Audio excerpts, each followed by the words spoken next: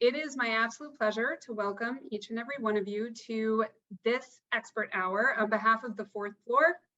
Today's topic, mindset, the best medicine for burnout.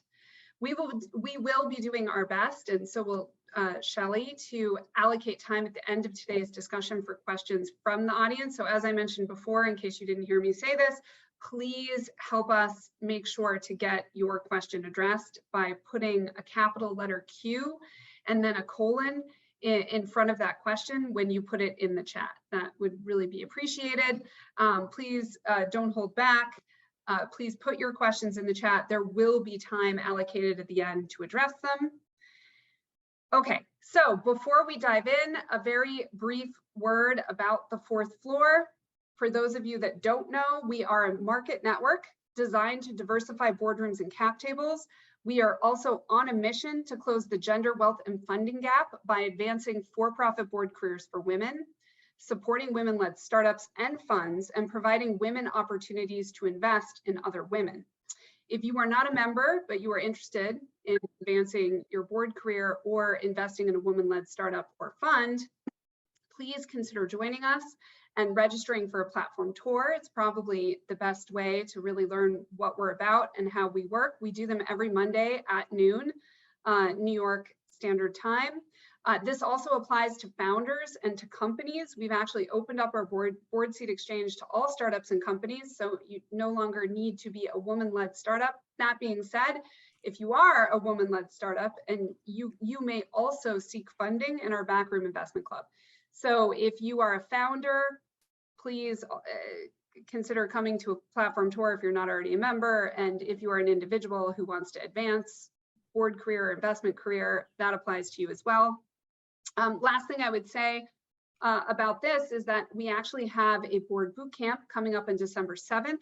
This is just a really great way to get an overview of everything that, get an overview of the world that we exist in and all the value we can bring. And it's a 2-hour session that's very valuable in and of itself, whether you're a founder thinking about building out a board or you're a candidate thinking about advancing your board career. So whether you are a member or not, if you haven't come to a board boot camp yet, definitely recommend that you sign up and come.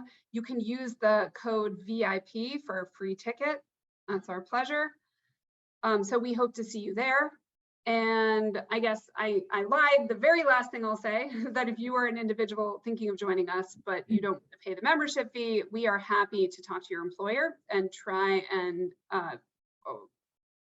convince your employer to nominate you and to pay that membership fee on your behalf. So please reach out if we can be helpful. So enough about me in the fourth floor. Let's get to the point of today. It is my absolute pleasure to introduce you to our amazing presenter, our amazing expert, Dr. Shelly Bowman. She is a Johns Hopkins trained doctor providing population health and workplace wellness solutions for clients, ranging from the Federal Reserve to the NBA. Shelly is the founder and CEO of Platform Wellness, which is a practice dedicated to helping individuals and organizations heal from burnout. So welcome, Shelly. We are just so excited to benefit from your wisdom and insight. So thank you. And let me now, without further ado, really turn the stage over to you, as I know that you have a lot to share and a lot to cover. And like I said, we're not going away. We will be here and we'll be helping with all the questions that come in through the chat. So really excited to get started. Take it away, Shelly. Amazing. Thank you so much for that introduction, everyone. And hello, thanks for having me. And for those of you who are joining live, thank you so much for being here. I know it's not easy taking time out of your day, so I appreciate you doing so. I also know that the past couple of years have been very trying for all of us. And the thing is, we keep getting so much thrown our way. There doesn't seem to be any respite in sight. So, my hope is that by the end of this hour, you'll come away with some practical tips and tools that you can use to make your lives a little easier. As Breen was saying, I will present for about 40 minutes or so, and then leave the rest of the time open for Q&A. Before I get started, and as I get my slides up, I want to know how you all are doing. So in the chat, if you can go ahead and type one word to describe how you're feeling right now, I'm going to go ahead and open up my chat to see what folks say. But yeah, let me know how you are feeling, how you are doing right now. What's one word to describe how you feel? Karen, thank you so much. Tired, Christy, tired. Allison, tired. Yes, meh, that is another one too. Optimistic, frustrated, stretched, overwhelmed. Yes, all of these things. All of these things. Thank you so much for sharing those. And I will say too, keep whatever you are feeling, whatever word you've chosen, keep that in mind when we get to the end of the presentation. You'll understand why. It'll make sense once we get to the end. So,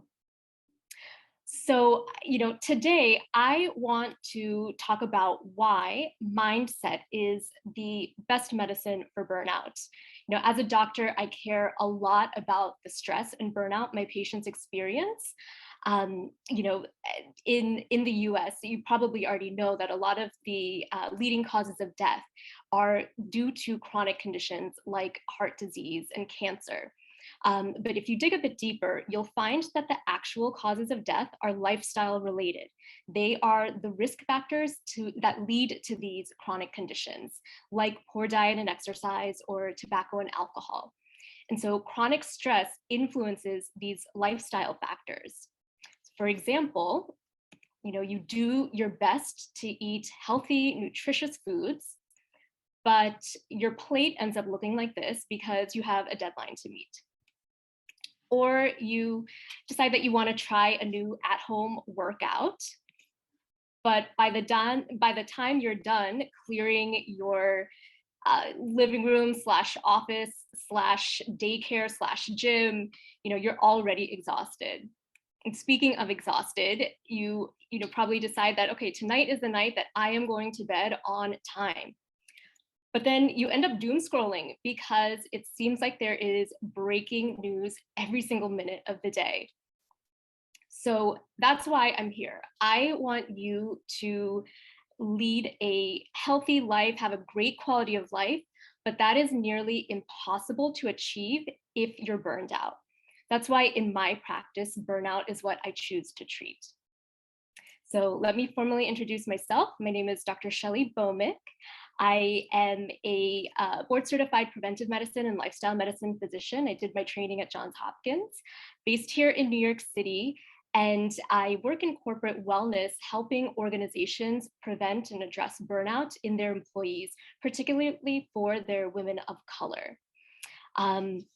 Now, I just told you that I am here because I want you to be healthy, which is still totally true. But there's a little more to it than that, and it has to do with this picture here.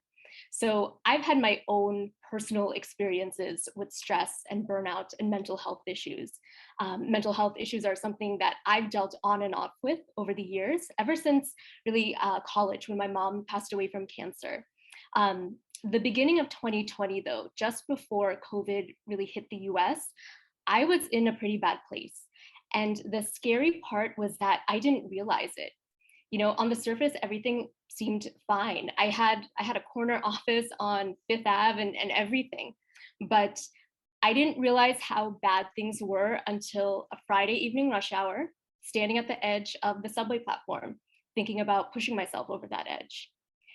That was a pivotal moment for me. I had never experienced anything like that before. To step away from that edge, literally and figuratively, was a journey in and of itself.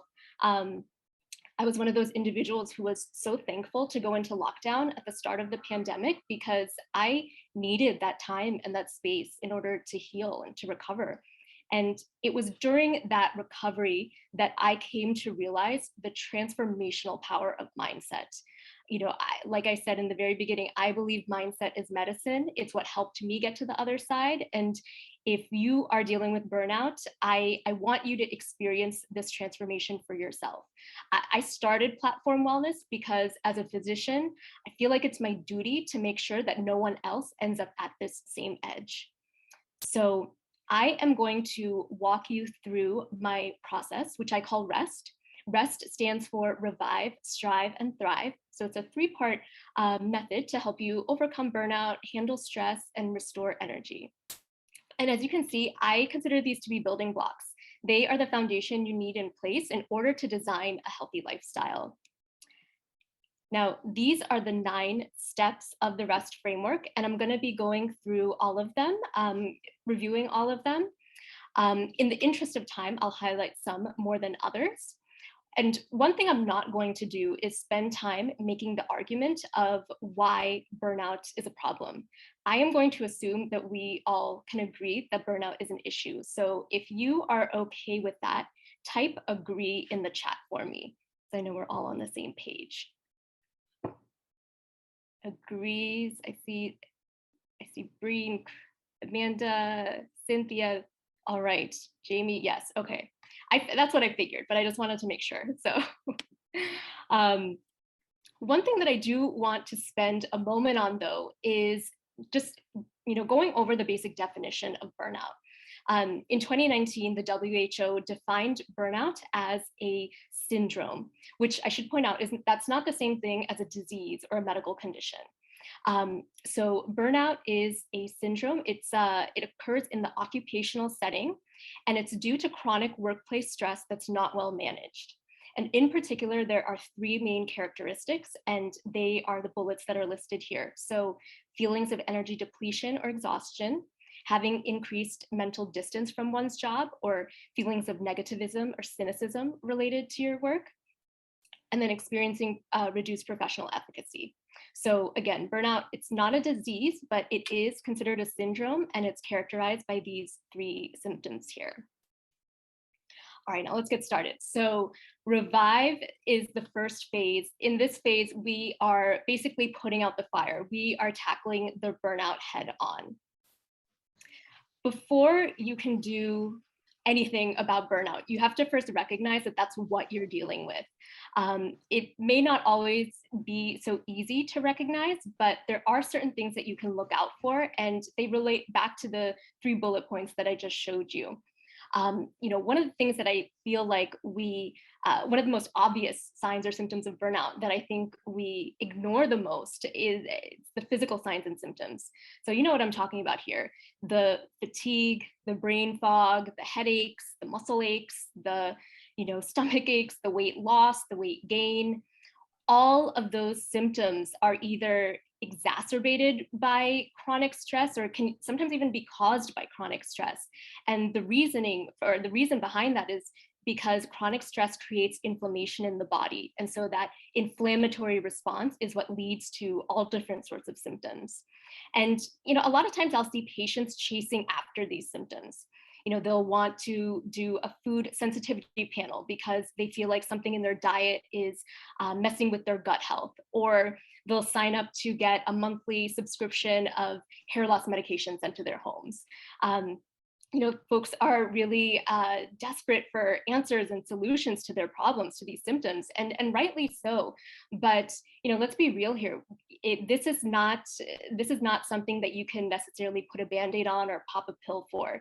Chronic stress, these lifestyle issues, they take time and effort. And once you are able to address this root cause, this stress, then you will see those symptoms improve in most cases. So wanted to touch on that. The other thing that I wanted to touch on for this step in particular is imposter syndrome. Imposter syndrome and burnout, I feel like those go hand in hand. Those who suffer from imposter syndrome are usually high achievers. They set the bar so high for themselves because they feel like they have to prove their value or their worth. And that might work in terms of getting short-term gains, but it is not a sustainable long-term strategy because you are going to run out of steam. And so if you see that you are falling short of this high bar that you've set for yourself, that may be another indication that you might be dealing with burnout. So once you know that you are dealing with burnout, the next step is to really give yourself the space in order to heal and recover. And so taking time off is one way to do this. It's, I think, what most folks think of when they think about trying to create space for themselves. But there are other ways to create space literally and figuratively. For example, there's a lot of research on the healing benefits of being in nature and in healing environments in general. So place yourself in surroundings that just enhance your well-being. This could be as elaborate as working remotely from a fabulous Airbnb, or as simple as clearing your desk or clearing your workspace. Give yourself that physical room to breathe. Another thing here, another thing that's important is being able to clear things off your plate. Delegation is a really important skill to have, not only in your professional life, but also in your personal life. And so ask yourself, what responsibilities am I holding on to that I could potentially pass off to someone else? And if you have a hard time with this, I want you to think about it in terms of energy. What are the activities that fulfill you and sustain you? And what are the activities that just completely drain you and deplete you? You want to be able to keep keep the activities that energize you and try to delegate the ones that don't, because this whole step is about trying to restore energy. So that is secure space. And then finally, seek support. Don't do this alone. As human beings, we are social creatures. We have survived as a species because we depend on one another for our survival, especially in times of stress. So figure out who your inner circle is going to be. And if there are folks who are close to you that you find more draining than not, whether it's a coworker or maybe a family member or even a friend, it's okay to create space from them for the time being, just as you are recuperating. And I know that asking for help can feel a little scary, and so that's why feeling safe is important here.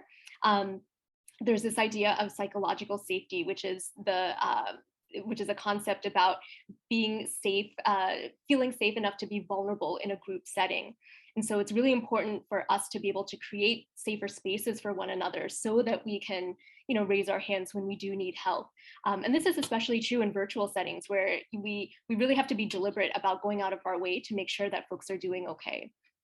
And then finally, know when to get the help of health professionals. As I mentioned in my story, even though I'm a physician with my medical training, my knowledge, all of that education, I didn't even realize what was going on until I got to that platform edge. And so, make sure you have folks around you who can be your eyes and ears, because when you're in it, it is really hard to see beyond all the, smoke and flames that the burnout creates. So, before we get into this next phase, I want us to do a quick breathing exercise. This breathing exercise, it's a yoga technique, and it's called the 4-7-8 breath. For this exercise, your tongue placement is important. So the tip of your tongue is going to be placed just behind your top two front teeth, where the ridges are on the roof of your mouth. You're going to be starting with an exhale. And then what you'll do is breathe in through your nose for 4 breaths. You're going to hold your breath for 7 breaths. And then you're going to exhale through your mouth for 8 breaths. So I'll go ahead and show you one round of this, and then I'll count you through a few rounds. And I should mention too, I'm great at a lot of things, but I've realized that counting in front of people is not one of them. So if I mess up, you are all smart individuals. I know that you'll be able to keep going, but just FYI, that's probably going to happen. So let me show you first what this looks like, and then we'll do a few rounds. So I am just my feet are firmly planted on the ground. I'm sitting up straight, and I'm going to close my eyes as I do this.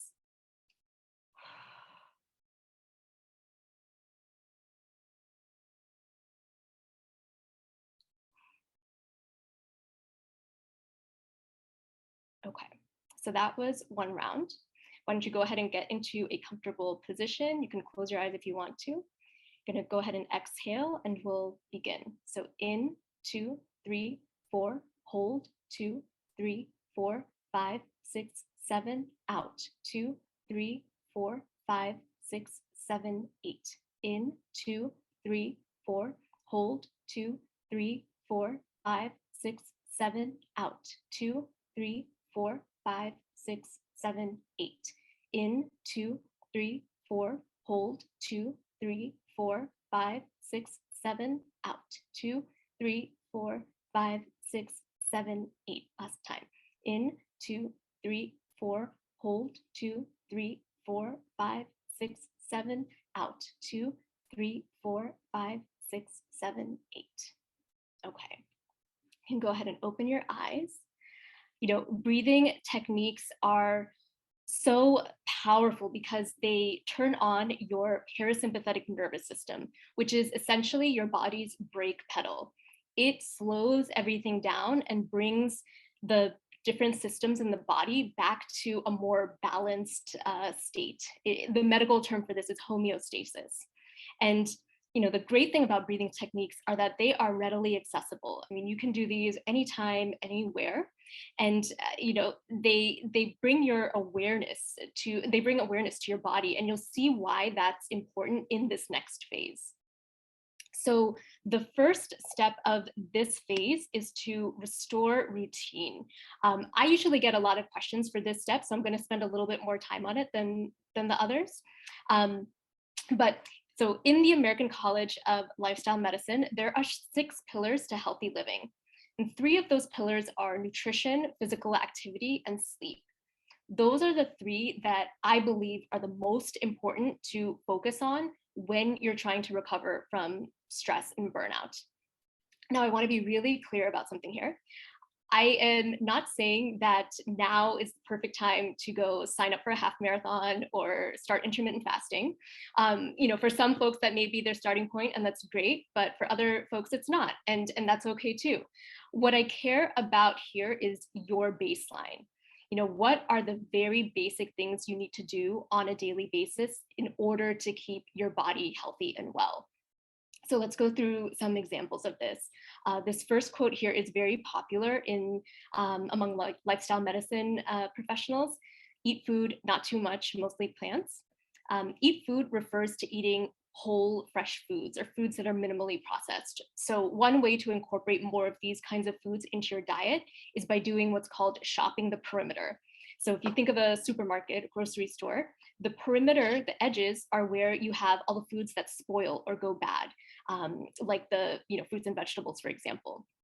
So you want to be able to eat more or incorporate more of those kinds of foods into your diet, and less of the foods that are processed and packaged and sitting on the shelves in the middle of the supermarket. Not too much refers to portion control. Google did a social experiment a while back now with its employees to help them make healthier choices. And so one of the things that they did was that they used smaller plates in the cafeterias as a way to work on portion control. So that's an easy one to try at home too. Instead of using really large dinner-sized plates, you can opt to use the smaller salad plates or lunch-sized plates instead. Another way to think about portion control is in how you are dividing up your plate. So if half of your plate is a non-starchy vegetable, a quarter is lean protein, and another quarter is a fiber-rich carbohydrate, then that's going to be a pretty well-balanced meal. And then finally, mostly plants. Again, am I asking you to become a vegan? No. Am I asking you to swap out your bag of chips for some celery and hummus? Yes. I am asking you to make the small, just small changes, small choices that are going to be healthier for your body. Speaking of your body, so physical activity, the CDC has guidelines and recommendations in terms of how much activity adults should be getting, but I don't even want us to get that too complicated here. For this step, I really just want you to move your body in whatever way feels good to you. So for some individuals, that is going to be taking a walk after work. It's going to be light stretches in the morning. For other individuals, it might be doing really strenuous hikes on the weekends. In this step, physical activity, it's less about trying to push your body to perform certain activities and more about just doing what feels good to your body. If you do want a way to assess how your exercise routine is going, one way to do that is by using the talk test. And so for the talk test, basically what it says is that if you can talk but not sing while you're doing your exercise, then that means you're doing a moderate level of activity activity. And that's a pretty good level to be at in terms of your exercise. And so finally, sleep. I know this is easier said than done, but the more sleep you can get, usually the better. Goal is to try and get 7 to 9 hours and try not to dip below 6 hours too often. In order to get enough sleep, you have to be really deliberate about your sleep hygiene, like going to bed on time, for example. And so some things that are going to help are to not eat or drink 3 hours before bedtime, and then to avoid screens an hour and a half before bed. Another thing I want to say about sleep too is that our bodies have a diurnal rhythm, not a weekly rhythm. And so what I mean by that is our bodies don't know the difference between a weekday and a weekend. So the idea of trying to catch up on the weekends isn't going to work. We need to be able to get regular sleep each and every night. So that is restore routine. The next step is tackle triggers. So in order to really handle stress in our lives, we have to first understand what stresses us out in the first place, like what our triggers are. And as humans, we have a negativity bias. Our brains are programmed to focus on all the negative things in our environment or that are around us, because it's those threats that are going to be, that are going to affect our survival. And so this negativity bias, it was very helpful for us in prehistoric times, but it's not, it doesn't necessarily help us as much in these modern times. And before I go farther in this step, I'm going to ask you a couple of really simple questions. I'm going to have you answer them in the chat, and they're very simplified, but I think that they set up this next part of the discussion pretty well. So I'm going to ask you the first question, and that is, are emotions and feelings the same thing? So type same or different, depending on how you want to answer. So are emotions and feelings the same thing? Karen says different. Allison, different, same, different. Okay, so we have a mix. All right. Question number 2, are emotions physical or mental? So type physical if you feel like emotions are physical, type mental if you feel like they are mental. Physical, mental, physical. Okay, I got a mix there too. Oh, these are tough. Yes, they are tough. And then finally, are feelings physical or mental? So type physical if you think that feelings are physical, type mental if you think they're mental, both. Yeah, okay. Both, we got some mentals. Okay. I'm going to go through the definition of emotions first for this step in particular. We'll close out the chat here. So emotions, they are physical. Emotions are the physical reactions that occur in our bodies in response to our environment. So the most obvious example of this is the fight or flight response.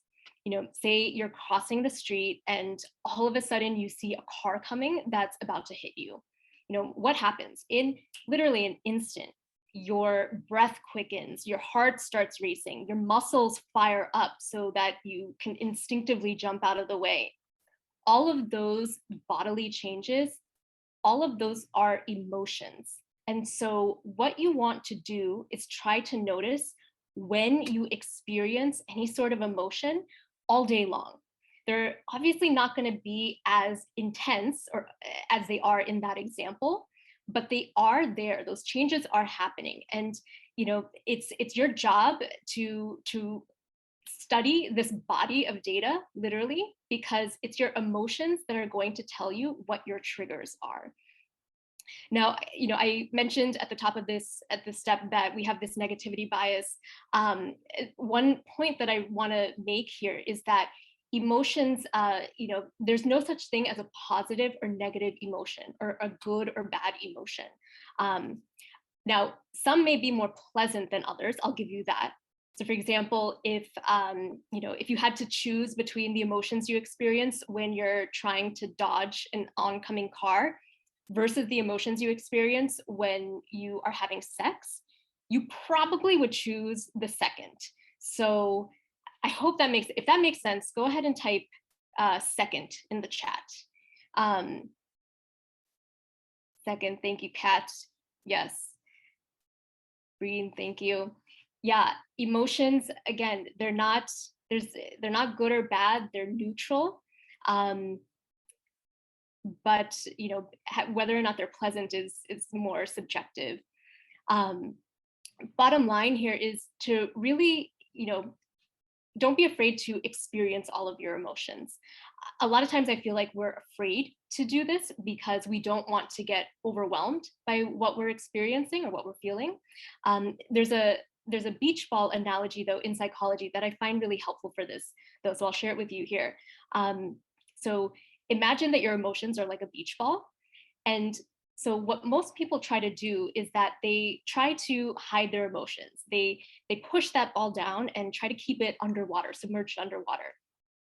And that takes a lot of energy, like to push that ball under the water. And let me remind you, you're already stressed and burned out, so you don't have a lot of energy to be, extra energy to be spending on doing this activity. And what ends up happening is that eventually your arms do tire out. That ball ends up bouncing back up to the surface. And sometimes, depending on, like, if you use a lot of force to push that ball down, it's going to come back with that equal and opposite force and come right back up to the surface. It'll probably, you might get splashed by the water. That's and that splash is kind of like the overwhelm that we might talk about with emotions. Where you want to get to is at a point where that ball is just floating on the surface of the water. So you are not ignoring it. You're still, acknowledging that it's there, but you're not trying to hide it. You're not trying to control the emotions. And because you're not trying to control the emotions, it doesn't have that same control over you. So I hope that is helpful. The next step here is master mindset. And as you can tell from the title of this talk, I think this is one of the most important steps of the framework. Just talked about what emotions are. So now for this step, we're going to focus on what feelings are. So feelings are mental. They are the mental processes that occur in response to the thoughts that we have. So I'll go back to that example of crossing the street. You crossing the street, your brain sees this oncoming car as a threat. It floods your body with emotion so that you can jump out of the way. Your mind then processes what has just happened. You might have a thought like, oh my God, that car almost hit me. That thought is what makes you feel scared. And because you feel scared, you then end up being extra cautious when you come to the next intersection. So in psychology, this is called the cognitive triad. Your actions are a result of your feelings, and your feelings are a result of your thoughts. So the action here is being extra careful when you're crossing the street. The feeling is of being scared, and the thought is, oh my God, that car almost hit me. And so as you can see, your thought is what controls this whole process. And that is a really important point, because when we are dealing with thoughts that don't serve us, thoughts that are limiting beliefs or dysfunctional beliefs, that's when we run into trouble. And I'll go back to my story to give you an example of this or explain this better. So in South Asian culture, light skin is very much preferred over dark skin. And if you're a girl, it's even more so. I mean, you are literally considered worth less if you have dark skin as a South Asian female.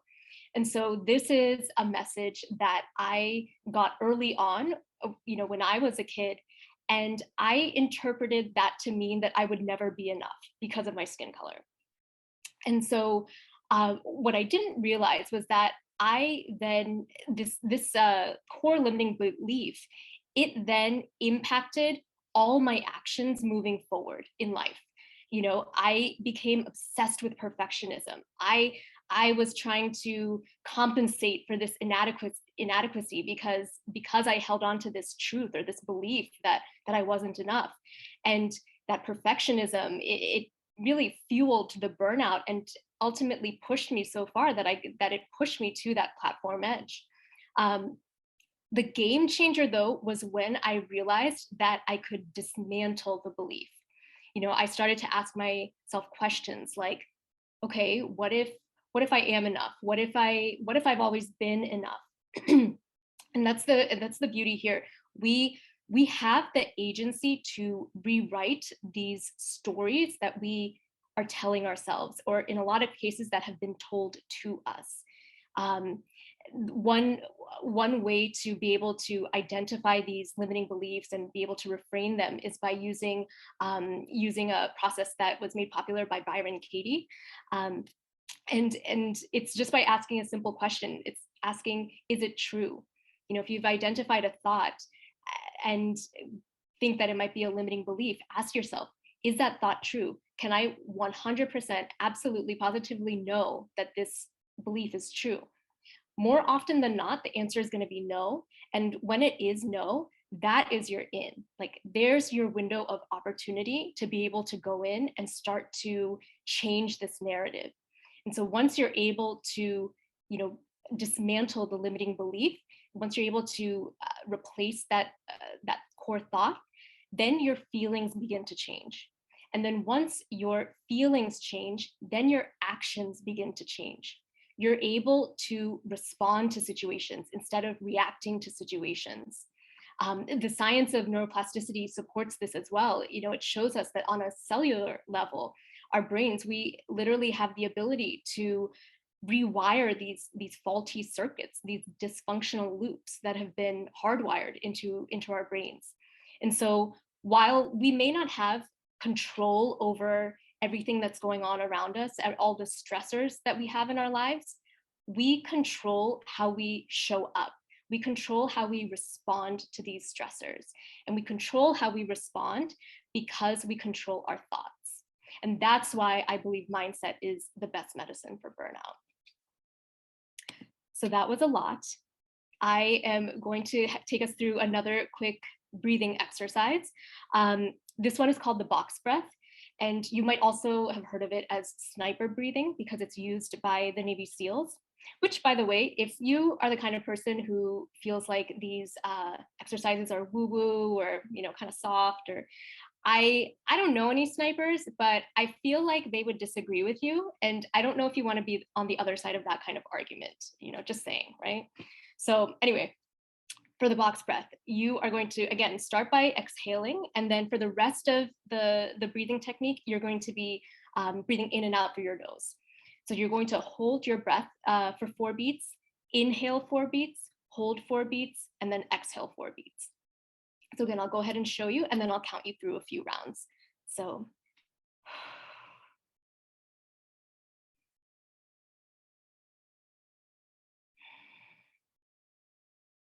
okay, so that was 1 round, pretty quick. Go ahead and get into a comfortable position. You can close your eyes if you want to, and let out an exhale, and we'll start. So hold, 2, 3, 4, in, 2, 3, 4, hold, 2, 3, 4, out, 2, 3, 4, hold, 2, 3, 4, in, 2, 3, 4, hold, 2, 3, 4, out, 2, 3, 4, hold, 2, 3, 4, in, 2, 3, 4, hold, 2, 3, 4, out, 2, 3, 4. Last time. Hold, 2, 3, 4, in, 2, 3, 4, hold, 2, 3, 4, out, 2, 3, 4. Okay, you can go ahead, open your eyes. We're at the last phase, and this is Thrive. Thrive is all about optimizing your lifestyle so that you can enjoy a great quality of life. First things first, ease your efforts. Don't make your life any harder than it has to be. Find ways to simplify your lifestyle. So for example, if you're going to be spending your time and energy working on your mindset, your brain is going to require, your brain is going to have to invest that time and energy. So it can't waste its energy on trivial matters. So you want to be able to save decision-making for the big stuff. In psychology, this is known as choice overload or decision fatigue. Find ways, or figure out ways to minimize the number of decisions that you have to make on a daily basis. So whether that is meal planning and meal prepping for the week, or if it is wearing a capsule wardrobe, figure out what works for you. I mean, speaking of capsule wardrobe, avoiding decision fatigue is the reason why high profile individuals like Obama and Jobs and Zuckerberg, it's why they have the same outfit or uniform that they wear all the time. Speaking of Jobs and Zuckerberg, I also want you to consider your technology use. I mean, technology is designed to hijack the reward circuits that are in our brains. We learn to crave those dopamine hits as soon as we wake up in the morning. And, tell me in the chat, actually, how many of you check your email as the very first thing when you wake up? If that is you, type me in the chat. Who checks their email here? Very first thing. Green, Christy. Check social. Okay, yep. Had to unlearn it. Yes, exactly, Anita. Yes, I am in this group as well. Sometimes I'm good about not doing it, and then other times I get sucked into it. I just want you all to see that you're not alone. None of us are alone here. But so what can we do about this? For starters, we could probably get an alarm clock. We could keep that phone in a separate room. We could change the settings, turn off all the notifications. Whether you have an iPhone or an Android, I feel like the most underutilized feature on all of our phones is the power button. I mean, think about it. When was the last time you actually turned off your phone? If you can't think of the answer right away, then it's probably been too long. And trips abroad and software updates don't count. It has to be like a real intentional, let me turn off the phone. So yeah, take advantage of technology. Don't let technology take advantage of you. Then finally here, work with the rhythms of your body. Whether it's the sleep cycle or the menstrual cycle, our body is constantly going through changes, and we'll be able to better have a better lifestyle if we work with these changes instead of against these changes. Personal example here, I had COVID back in 2020, and ever since then, I have noticed a very drastic decrease in my energy levels. And so I now have to take breaks really often, throughout my day. But because I am able, because I take those breaks, I am just much more productive and efficient versus if I just tried to slog my way through. So yeah, like that beach ball analogy, instead of fighting against these changes, learn to figure out ways to work with the changes that you're experiencing with your bodies. Next step, hone habits. Habits are the foundation for a healthy lifestyle. And with habits, the thing here is that you first have to believe in yourself. You have to believe that you can actually accomplish the goal that you are trying to, that you're setting out for. This is called self-efficacy in psychology. And it's like that quote from Henry Ford, whether you think you can or think you can't, you're right. You don't necessarily need to know how you're going to accomplish your goal or achieve the habit, but you do need to have the conviction that you can get there. Now, I know that the how is what trips most people up, but this is where your why or your motivation becomes so important. There are two types of motivation. There's extrinsic and intrinsic motivation. So extrinsic is when you are doing something because you feel pressured or forced to do it. It's because of an external factor, like to receive a reward or to avoid a punishment.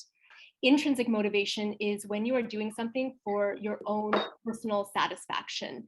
So, an example of this, out of the two, intrinsic is much more, you want to try to find ways to be more intrinsically motivated, because when you are, you're more likely to succeed in whatever you're setting out to do.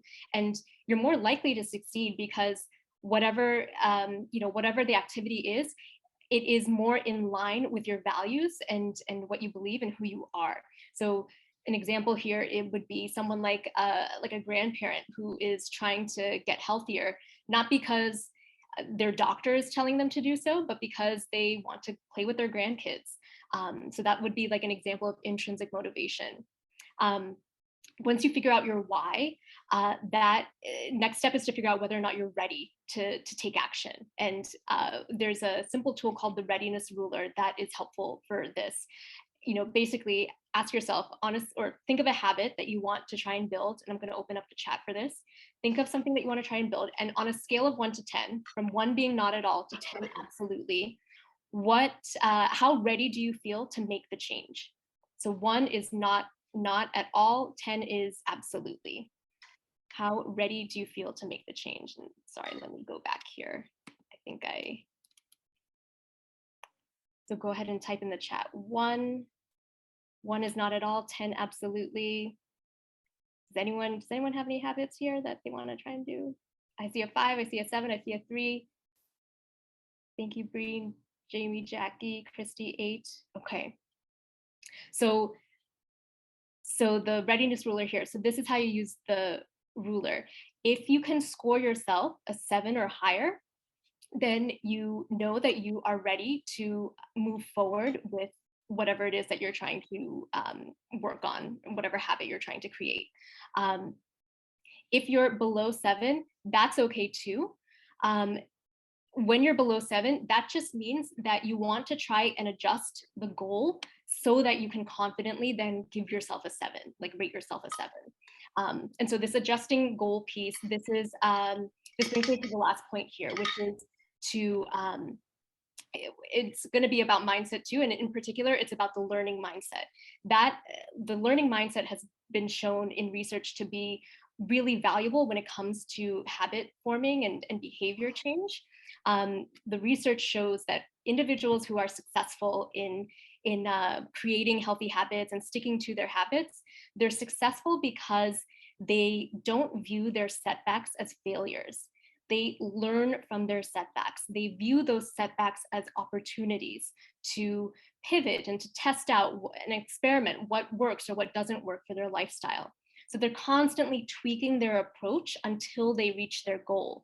And so, yeah, the whole idea is that you are never failing. You are always moving forward. As long as you remain flexible, you're always moving forward and closer to your goal.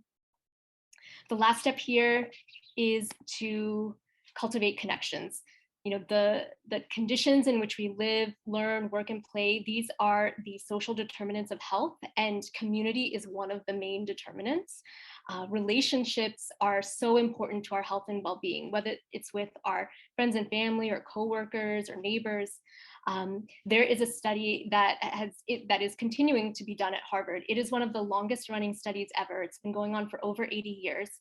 And in this study, which is looking at longevity, health and longevity, they found that it's not necessarily your physical health that determines how you grow old.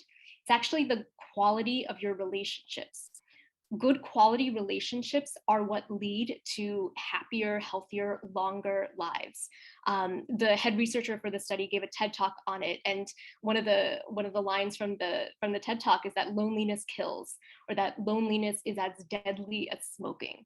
So make sure to have good people around you. And I want to remind you too that the longest relationship that you're ever going to be in is the one with yourself. And so the science of self-compassion, it really emphasizes just how important it is to be kind to ourselves, to be mindful of ourselves. And so care for yourself as you do for others. So those are the 9 steps of the REST framework: detect distress, secure space, seek support, restore routine, tackle triggers, master mindset, ease efforts, hone habits, and cultivate connections. And then these were the 9 takeaways. So listen to what your body is telling you, give yourself the grace to slow down, surround yourself with good people, get back to the basics, experience your emotions, choose to respond, not react, do away with what doesn't serve you, make big change little by little, and care for yourself as you do for others. Now, one of the most important questions that I ask every patient is this one. It's the first question I ask. It's the most simple question, and it's, how are you? Asking this question tells me so much more about someone's health and well-being than any sort of medical questionnaire ever could. So again, I want to hear from you in the chat. Type one word to describe how you're feeling right now. So go ahead and type in the chat, just one word. Describe how you're feeling. Christy, hopeful. Thank you for typing that in. There are others who want to go ahead and share. Anxious, Breen, anxious, yes. If anyone else wants to share, please, continue typing in the chat there. For those of you, who have a word in mind, is the word the same or different than when we started the presentation? Type same or different in the chat. Different. Okay. Different, lots of difference. Okay. So there's no right or wrong answer here. The point of the exercise is to help you just check in with yourself, for you to be able to recognize when these changes in your feelings are happening. Again, this is something that you want to do all day long, because that's going to help you figure out what your triggers are and then help you be able to respond to those. I want to leave you with a quote that was very powerful for me during my recovery, and it's this one here. It's attributed to Viktor Frankl, who was a Holocaust survivor, and it goes like this: between stimulus and response, there is a space. In that space is our power to choose our response. In our response lies our growth and our freedom. So if you are dealing with burnout, know that you absolutely have the power to overcome the burnout. It's a choice, though, that you're going to have to make, and you can make that choice if you believe that mindset is medicine. So for those of you who want to dig deeper into the REST framework, I've created a workbook for you that you can download by going to this website. It is shellybowman.com/thank-you. And maybe Kat, Breen, when folks get the link to the recording, we can add this link so that they can access the workbook. It is basically a summary of this entire presentation, and it also includes questions for reflection. So you can do these, answer these questions on your own or in a group. For those of you who are interested in exploring burnout strategies for your organization or your team, feel free to reach out to me directly through my website and or through Kat and Breen. And with that, I just want to thank you all again for your time. So I'll go ahead and stop sharing my screen. Wow, thank you so much, Shelly. That was really enlightening and incredible and very valuable and definitely empowering. I really loved that slide towards the end about, the why is so much more important than the how. Like, I just entirely connect with that sentiment. And I've never heard that before. I think that's really brilliant and accurate. But I know we have questions. So I'm not sure if you saw them come in. We have been collecting them. Yeah. And I was going to say too, I know that we are just a couple minutes away from the top of the hour, but I'm happy to stay on if folks have questions. So. Okay, so we have one question about, so this was sort of at the beginning of your presentation. The question is, how can, I think, burnout, how can this be discussed with employers without a negative repercussion? If ever this, if it's even possible to discuss it at all. And as you know, in reality, way more is expected and less is offered to women leaders in business. So, I'm sure this question is broadly applicable, but to women, it might be particularly relevant. Yeah. It goes back to that idea of psychological safety, feeling like it's okay to raise your hand and ask for help when you're in a group setting. And unfortunately, a lot of folks don't necessarily feel that way in their workplace. A couple of things. One is that, I'm sure there are people that this individual, or that just in general, speaking generally, that you do feel comfortable sharing with. And so I would start there, even if it's not someone who is directly part of your team, or if they're in like a totally different department or whatever, just being able to just speak about what is about the burnout, that can definitely be healing in and of itself. And then, in terms of going a step above that, a lot of these companies, especially these large organizations, they have programs like EAP programs where you can talk to somebody, and it is private. It is not, it's not something that is shared with your, boss. And so being able to utilize the different resources that your HR departments are offering, I think can be really helpful. So yeah, but yeah, I understand you really want to feel safe in order to ask for help in these kinds of situations or conversations. Well, thank you. Great answer. Lots of good advice there. There's actually sort of a related question, which is how, so then when it comes to people who are leaders in their organization, how can they offer this safe space that you're describing to the employees that work for them, aside from just saying it's a safe space, like how to actually demonstrate it. And then the person goes on to say, I've started stating that taking time off is really critical. When I notice team members reacting with stress, I offer that they should take time off. I start meetings with how someone is doing and feeling. Also organizing like wellness days and activities, team bonding, but what else can be done? Yeah. I think what's important here is modeling the behavior, so walking the walk, talking the talk. Like, are you yourself taking time off?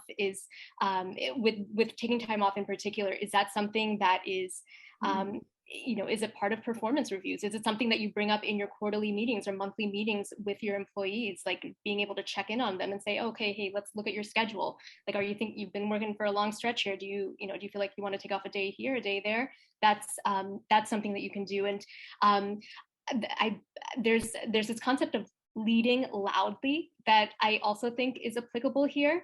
The example, I had a patient who was talking about this. Actually, he leads a very large team, and when it's the end of the day, 4 or 5 p.m. meeting, at the end of those meetings, he is always very deliberate in saying, okay, everyone, I am logging off. I am going to go pick up my daughter from gymnastics.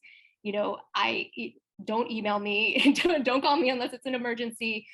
And so in doing that, he is basically giving others the permission to do the same.